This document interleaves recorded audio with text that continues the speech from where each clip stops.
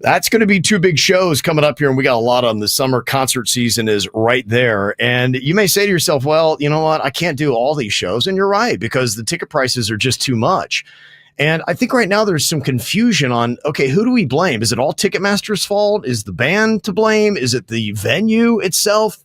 How does it all go down? I thought this was interesting, the segment that I saw about this emo band called Something Corporate. And they said, look, you guys got to understand what it is like for us trying to do a show and how we set it. And this is kind of interesting to hear how they break down the cost of a concert. The band set a ticket price of $56. There's a gross potential of a couple $100,000 being made. But out of that $200,000 in ticket sales, half is deducted for venue-related show costs. $37,000 in stagehands, leaving the band with a $100,000 payday. But most of that goes to the band's own expenses. commissions and fees and payroll. Their management takes a quarter. Travel and crew costs take another quarter.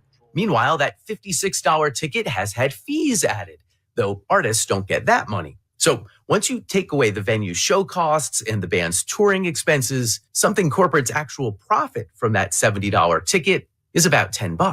Wow. And then we split that 5 ways. Yeah. McMahon isn't complaining. That's still $7,000 each for a night's work. But the point here is each dollar fans pay to enjoy the show is fought over by artists, venues, ticket companies, and scalpers. And time and again, the industry's solution to these fights has been to just charge fans a bit more. So how about that? You are a band, you have a ticket price of $70, $200,000 is made, and each member of the band walks away with $7,000.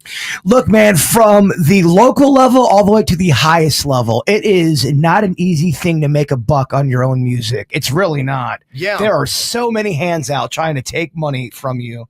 It is really kind of crazy. And I'd always heard what you want to do as an artist is, you know, you're not going to make a lot of money on the airplay of your songs, but where you really cash in then is the concert. But after hearing that, well, I don't like the margins on that. Okay, we made $200,000 on this show, and I am the lead singer, and I walked away with $7,000. Well, not everyone's Taylor Swift who gets so much money for their tours. There's a lot of bands like that are good bands, but they're not generating millions and millions and millions of dollars. So if that is standard and you look at that ticket price, if you pay $70 and that is kind of like the average ticket price, then you got to know that everybody in that band, if they have 5, is going to walk away with $7,000 that night. It's crazy. It really is kind of crazy.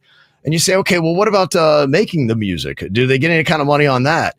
Well, I think it probably goes, you know, artist by artist and what kind of deal they have set up and what kind of management that they do. But the head of marketing and policy at Spotify, his name's Sam Duboff. He started talking about Snoop Dogg and how he was paid out around $45,000 from 1 billion streams on Spotify. Makes $45K. He has 1 billion streams. What a number that is. And you walk away with $45,000 from that. You know, 80% or so goes to the recording side, 20% or so goes to the publishing side.